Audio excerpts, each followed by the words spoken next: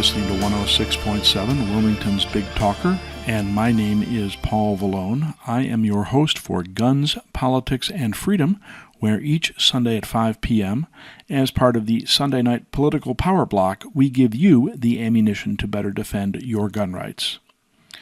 In case you aren't familiar with me, I direct Grassroots North Carolina, or GRNC, since 1994, our state's most effective gun rights organization. As its director, I was involved in drafting and passing our original concealed handgun law. Since then, GRNC has gone on to engineer the passage of concealed handgun reciprocity, our purchase permit bypass, castle doctrine and stand your ground, the expansion of concealed carry into state and municipal parks, restaurants, public assemblies, educational properties, and much more. In fact, our most recent project is to pass a bill, House Bill 746, for permitless concealed carry, or approaching constitutional carry. We encourage you to contact the legislature to advocate the passage of that bill. Grassroots North Carolina is exactly what the name implies, a grassroots collection of people from all walks of life who share a common concern that our constitutionally guaranteed freedoms are being eroded. Check us out at grnc.org.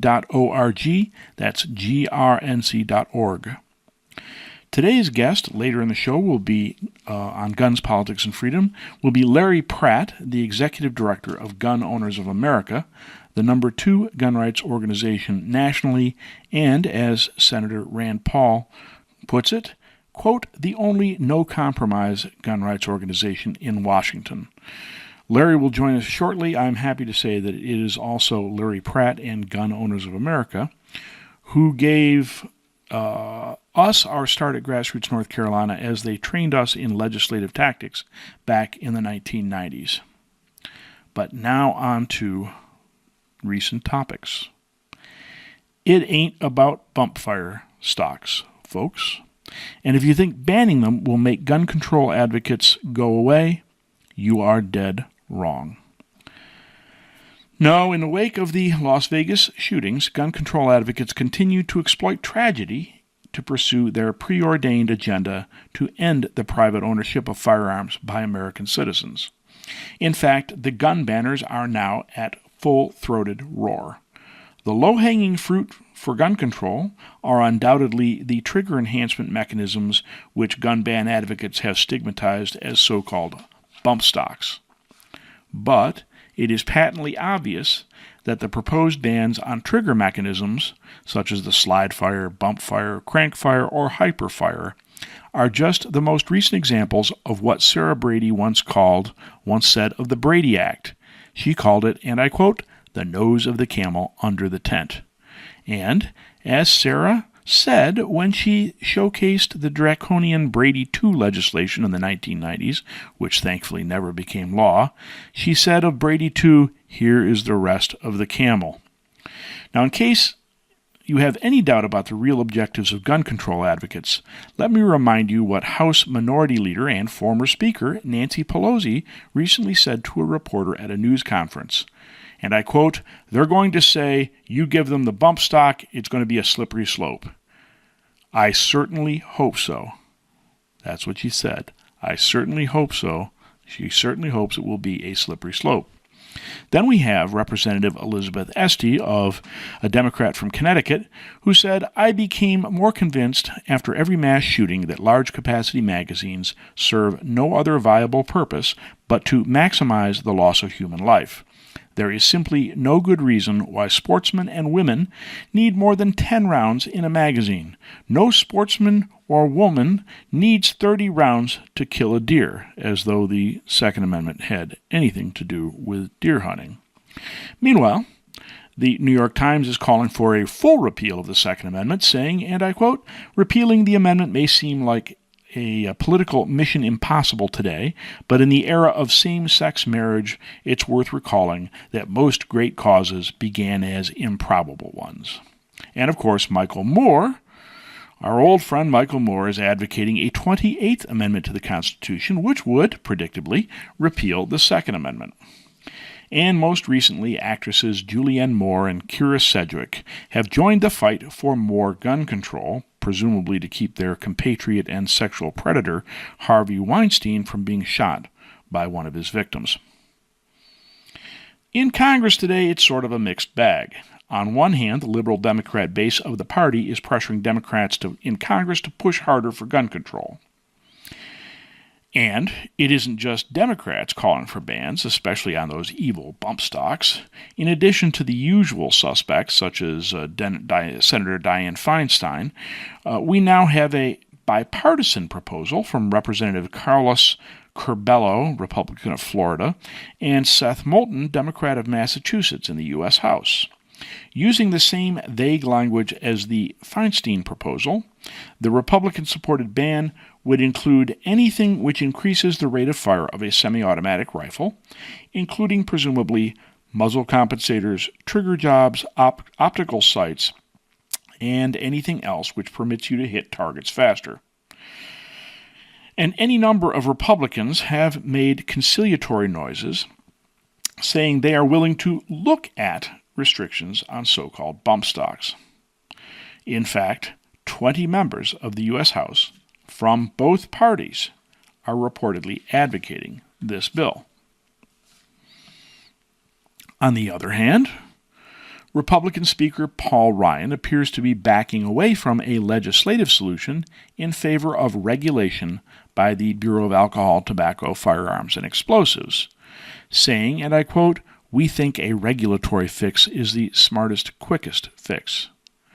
And even perennial gun banner Charles Schumer seems to have learned that embracing gun control is the harbinger of political death for Democrats, having cost them the 1994 and 2000 and probably 2016 elections. So now he's encouraging his Democrat colleagues to put gun control aside in anticipation of the 2018 elections. So now, Speaker Ryan seems to be echoing the calls from the NRA to apply a regulatory solution to the bump fire issue. Bear in mind that immediately after the Las Vegas shootings, the NRA issued a statement which said in part, and I quote, "The National Rifle Association is calling on the Bureau of Alcohol, Tobacco, Firearms, and Explosives, BATFE, to immediately review whether these devices comply with federal law." I don't know if they're talking about re-regulating them as Title II weapons or if that is even possible. There seems to be some speculation what that regulation might actually mean. It could be something along the lines of what Lloyd Bentsen, Treasury Secretary, did under the Clinton administration in the 1990s when he reclassified drum-fed shotguns as destructive devices. On the upside, the BATFE is more likely to make a dispassionate review of the matter and arguably one that uses a better knowledge of the issue. But as our guest today will outline, handing power to unelected bureaucrats is a strategy that invariably is fraught with danger. Moreover, if, as I believe, we could kill the proposal entirely in Congress, and I believe we could, this would saddle us with far-reaching restrictions from the BATFE when we could have killed the bill entirely, a strategy from the NRA that seems destined yet again to snatch defeat from the jaws of victory. But whatever happens, the good news is that gun rights supporters can take comfort in the fact that Harvey Weinstein won't be making his planned propaganda film on guns, of which Weinstein said, referring to the NRA, "They're going to wish they weren't alive after I'm done with them." Well, actually, probably a lot of people wish they weren't alive after Harvey was done with them, but that's a different matter. Unfortunately, Hollywood collusion to enable a sexual predator doesn't seem to shame them sufficiently to prevent them from standing on a soapbox and telling you how to live your life. But, like a neon sign pointing out Hollywood hypocrisy, Harvey is the gift that keeps on giving. Right now, we're going to take a short break, after which we will return with our guest, one of the main movers of the gun rights movement for more than 40 years, namely Gun Owners of America Executive Director Larry Pratt. Meanwhile, my name is Paul Vallone. You are listening to Wilmington's Big Talker, 106.7, wilmingtonbigtalker.com. Please join us after the break when we will join our guest Larry Pratt, Executive Director of Gun Owners of America, as we resume Guns, Politics, and Freedom.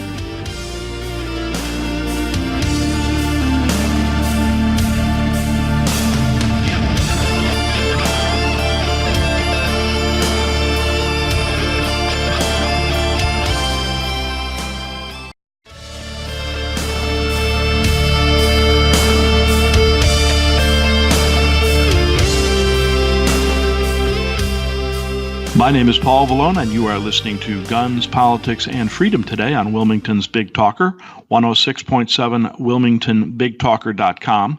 Today we have as our honored guest Larry Pratt, the Executive Director of Gun Owners of America. Actually, I think Larry describes himself recently as Executive Director Emeritus as his very capable son Eric begins to take the reins, but I get the impression Larry is anything but retired. Larry actually gave me my start in the gun rights movement back in about 1994 when he actually took a cold call from a novice activist, me, who was frustrated and wanted to do something. With his help and guidance, Grassroots North Carolina was created and continues to dominate the state's political landscape. Gun Owners of America is Washington's only true no-compromise gun rights organization.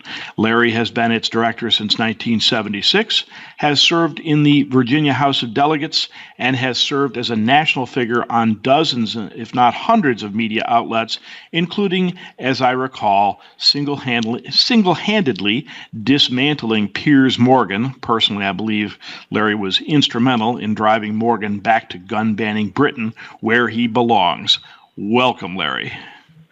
Well, thank you so much. I appreciate that. And as much as I'd like to take sole credit for having put Piers Morgan back in his box, he was an incredible glutton for punishment.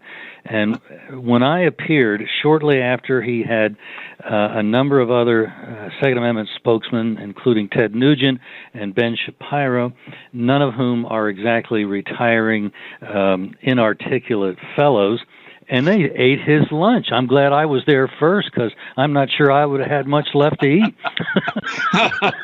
Well, I will say, matter of fact, I pulled it up again. Your interview is still out there on YouTube. I recommend people check it out. It's pretty entertaining to watch. It's had an awesome number of views. Yeah. I'm sure it has. Oh, yeah. One version on YouTube alone goes to nearly 800,000. I love it. Well, here we are again, Larry. Gun owners back to being blamed for the horrific actions of a single murderer. You and I met in 1994 amid gun control. We've won some victories since and had quite a road, but I guess they're still at it, aren't they? Any opportunity they will take, because the anti-gun position is very opportunistic. They can't tell you that they really want to disarm you so they can rule you. So they have to look for the next best thing, which is, we'll get rid of crime and violence if we can just get rid of those nasty guns. And so that's why you don't hear a whole lot about gun control in between some of these horrific events. And, of course, all this discussion, most recently about the Las Vegas hotel, obscures the fact that this event occurred in the wonderful la-la dream of all gun controllers. It was a gun-free zone at the Mandalay Hotel, and not even for guests. But oh yeah, I know. Only 98% of mass shootings have occurred in such places. Why would it happen there? And not only are guests not supposed to be harmed, but the point number 5 in the security guard regulations, personnel, I should say. They don't use the word guard.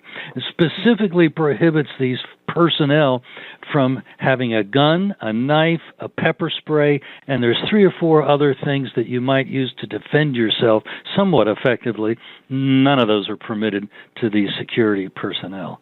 They are really in trouble. Oh my, I didn't realize it was that extensive. I had understood that Mandalay Bay was a supposed gun-free zone. Well, as usual, it works out as it usually does. Oh, it's so sad. It costs lives. Probably the biggest difference between now and 1994, when we first got involved, is I get the impression the left has become a lot more unhinged. We have Dana Lash, who's getting death threats, and I guess the left is always happy to threaten violence or commit violence in the name of bringing us peace, right? And anti-gunners will kill you with their guns. Yeah. Well, gun control only applies to you and me. It doesn't apply to them. And certainly not the police that they might send to confiscate your property. Absolutely. Their regulations. Yeah. So it's all relative, and if you don't understand, just shut up. So, the gun ban advocates have, I guess, started out with the usual laundry list.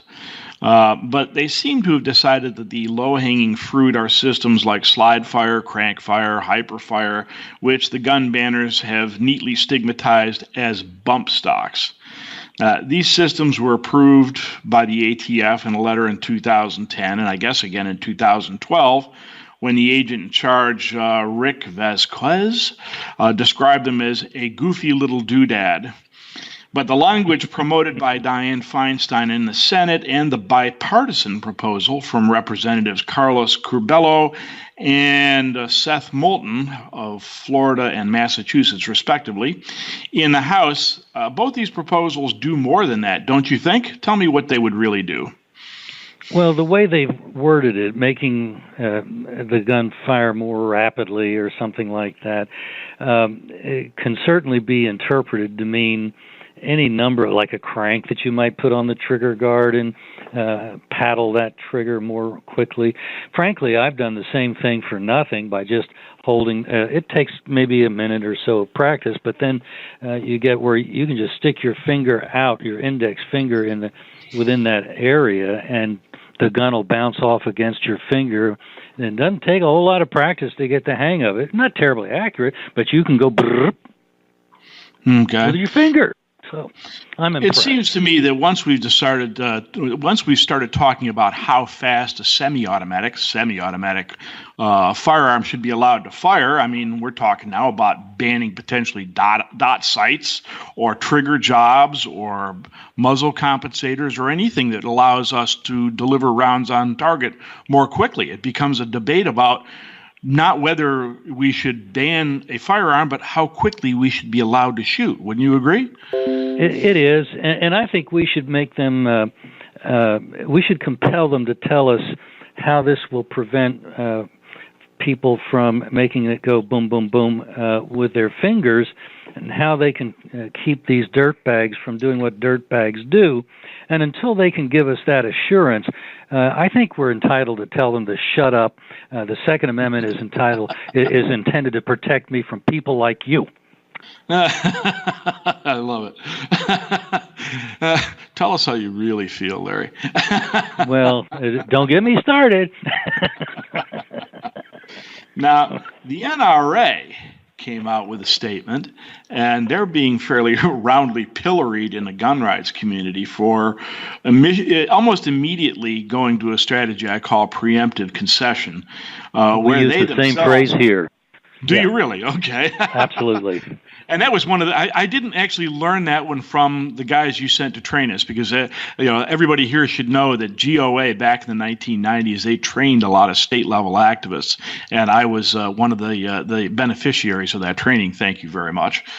And one of our star pupils, I could say. Your flattery, thank you.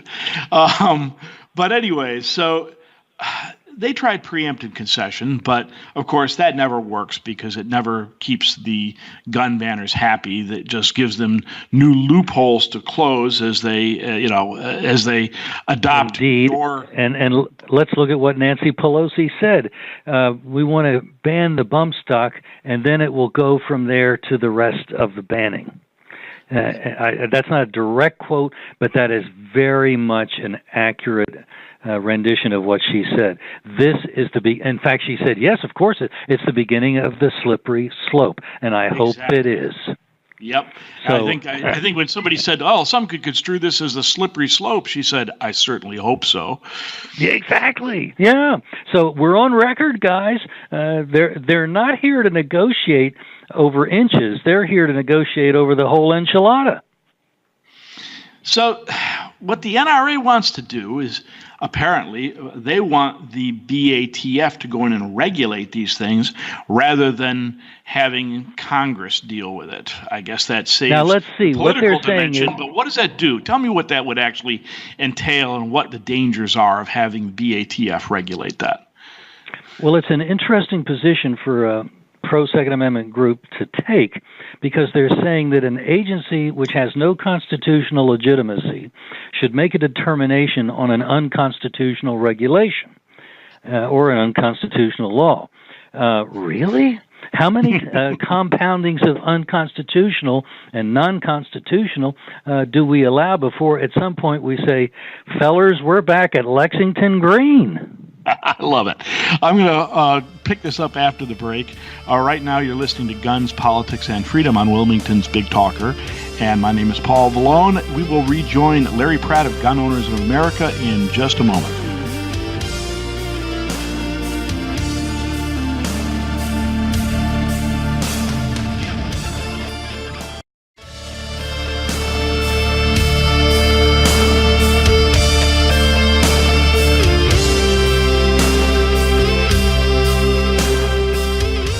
My name is Paul Vallone. You are listening to Guns, Politics, and Freedom today on Wilmington's Big Talker, 106.7, WilmingtonBigTalker.com. Today we have as our guest Larry Pratt of Gun Owners of America, and we are discussing the potential ban either in Congress or potentially from the BATF regarding bump stocks and who knows what else. Larry, you were talking about the dangers of regulatory action from the BATF. Let's pick up with that. We didn't quite get a chance to finish that. Please tell us what the dangers are. Well, these folks, of course, as bureaucrats, as all bureaucrats, are really not accountable to hardly anybody. And if the matter of a constitutional protection is to be turned over to a bunch of bureaucrats in general, and bureaucrats in this particular case that have displayed year after year a bias against the Second Amendment, against individual gun ownership, against the whole meaning of a well-regulated militia and the individual right to keep and bear arms, then I think that's really almost like a recipe for suicide. And I'm not into suicide. Okay, neatly put. I guess the thing that concerns me, and even on a practical matter, is that the ATF, unfortunately, unlike politicians, they're not accountable to anybody. Right. When in doubt, I avoid giving, I guess, power to unelected bureaucrats. They don't answer to us. They don't answer to votes. They answer to, someone we don't necessarily control. Wouldn't you agree? I would. And the only exception I would even conceive of is that they will answer to zero. Zero meaning let's defund the Bureau.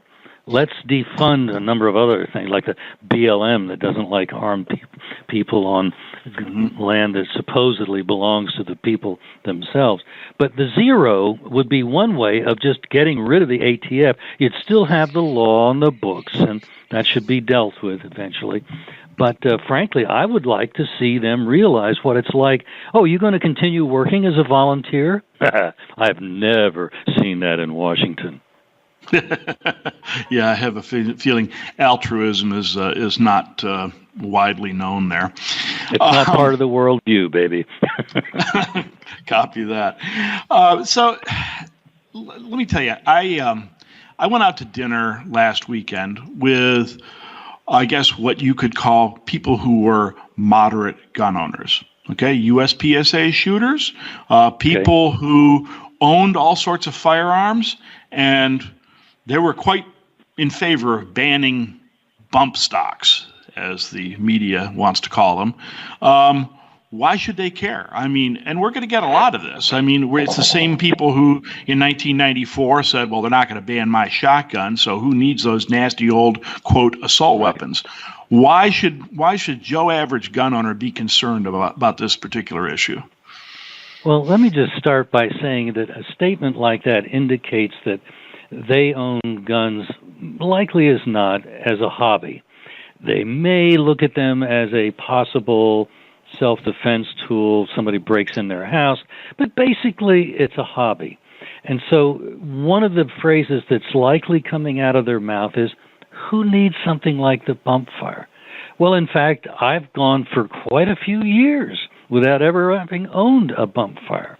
So, yeah, I can see intellectually the point they're making. What they don't get is what Nancy Pelosi has said that we've already referred to. That is the first step onto the slippery slope that there is no getting off of. So why volunteer to take the first step? They're doing all they can to push us. I think it's time for us to push back.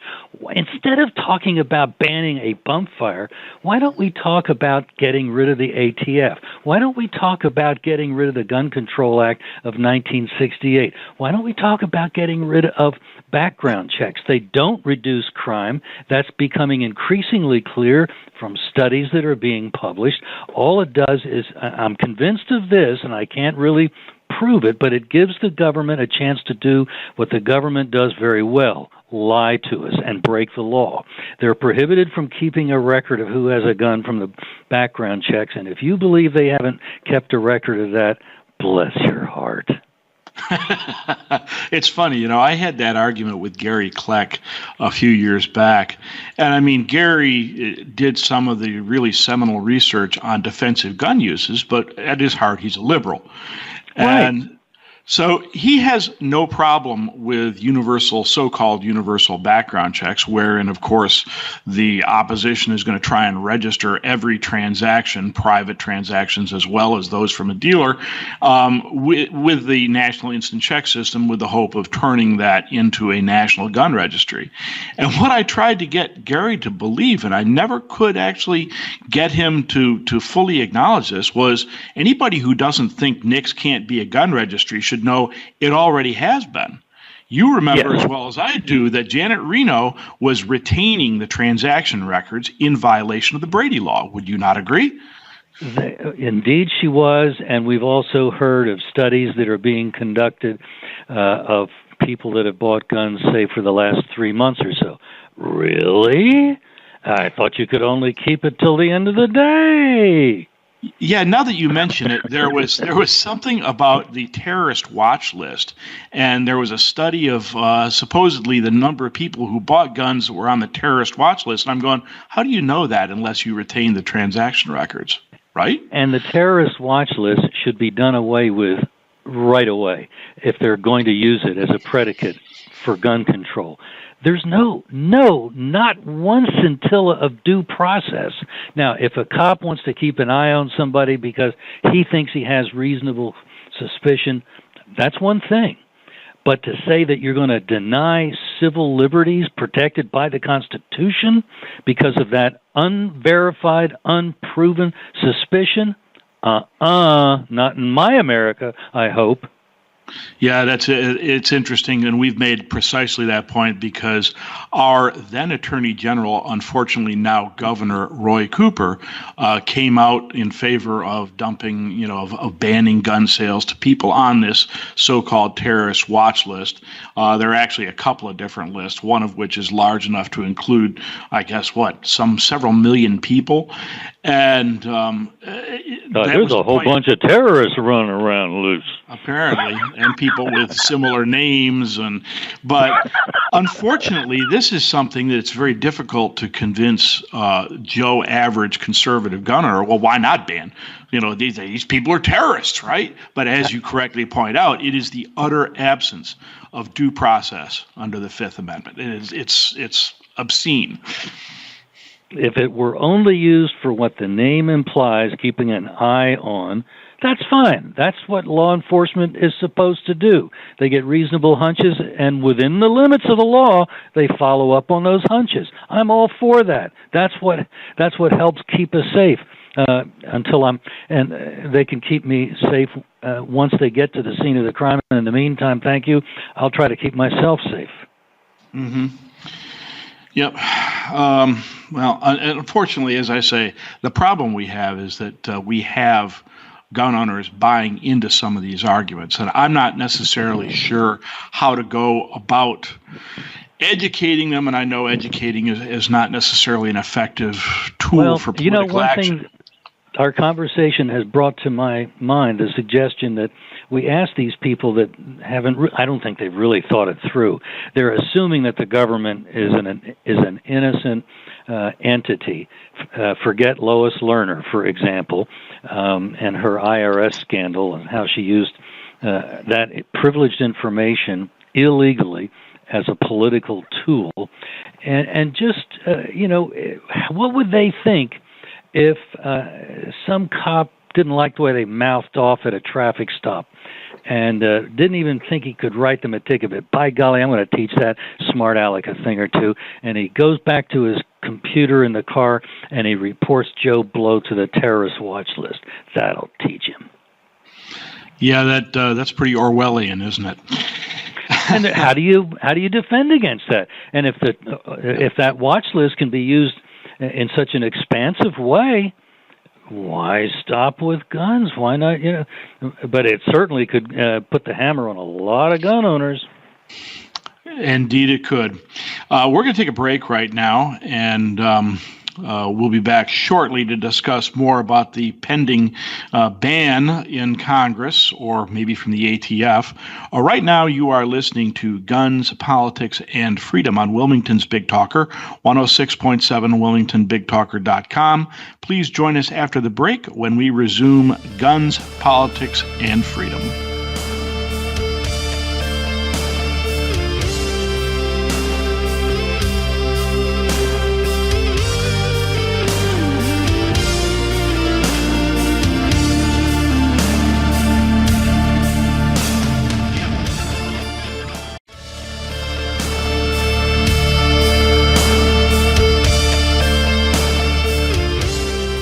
My name is Paul Vallone, and you are listening to Guns, Politics, and Freedom today on Wilmington's Big Talker, 106.7, WilmingtonBigTalker.com.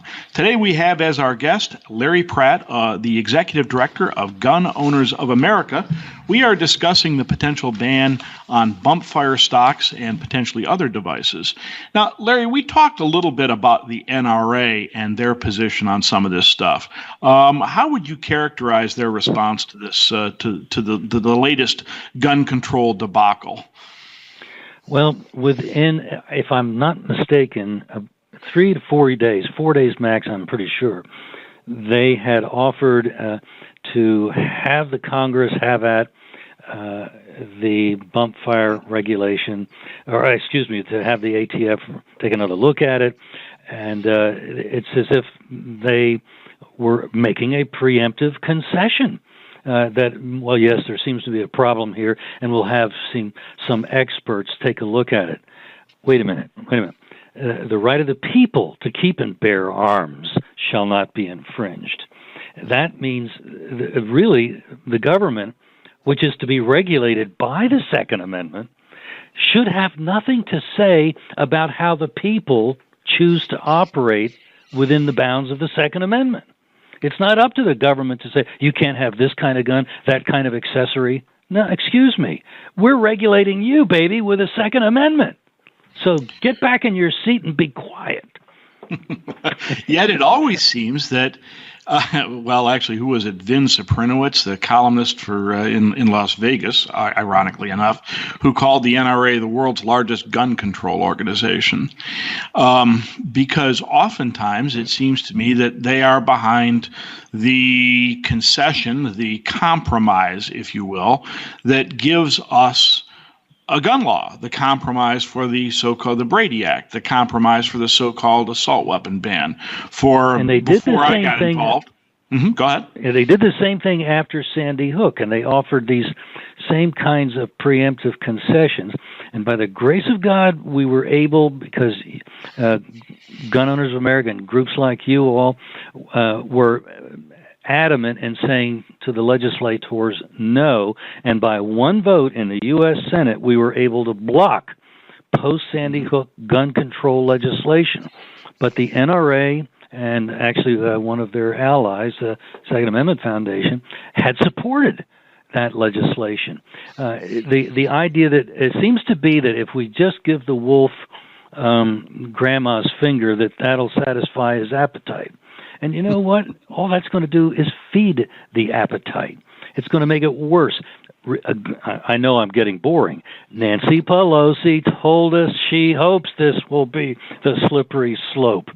That's not boring. We need to hear that again and again and again. Okay, we need to. That's a soundbite that ought to be on every ad for every gun rights organization in the country, because it's one of those moments. Kind of Nancy Pelosi, moonbat though she may be, okay, actually has this unfortunate habit that most gun control people don't have of actually telling what they really want.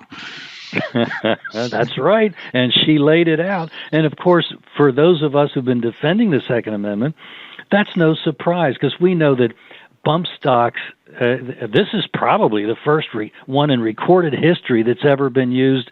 Maybe, I'm not even convinced, but let's not get into that, but may have been used in a crime. It's certainly not an efficient way to commit crime, and it hasn't been used heretofore at all. So let's face it, we both know that we're both shooters. We know that because the whole stock of the gun moves, the thing is horrendously inaccurate.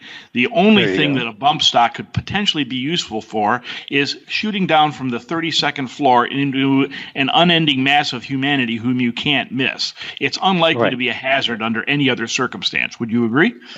That's exactly right. But it's certainly a dandy excuse. If there's no other excuse available, we want to ban guns, and we'll use this as an excuse if we have no other. But I remember back we're talking about the Senate Bill 649, I think it was, the Universal Background Checks Bill, and I use that in quotes, after Sandy Hook. And the NRA, as you correctly noted, was coming out with a preemptive concession that ultimately became the Toomey Manchin Compromise, right? Was that the one you're talking about? That's the one, and as I say, by the grace of God, it failed by one vote in the Senate. And I'll tell you, we had 39 organizations that all got together, including GOA, as you recall. And frankly, I spent more of my time hammering the NRA not to accept this compromise than even hammering the politicians, because we figured that if the NRA backed away from the Toomey Manchin Compromise, then the whole thing would go down in flames. And ultimately, that's pretty much. Ultimately, that's pretty much what happened. As soon as they backed away from that compromise, it all went down to crapper, and then suddenly there is, the no compromise position wins. All that really is required is we stand strong for no compromise. And if you allow yourself to be motivated by fear, they could do this, and then, like Nancy Pelosi is saying, they could really go to town. Well, then if they could really go to town, best thing is to keep them from getting in the car to start with. There you go.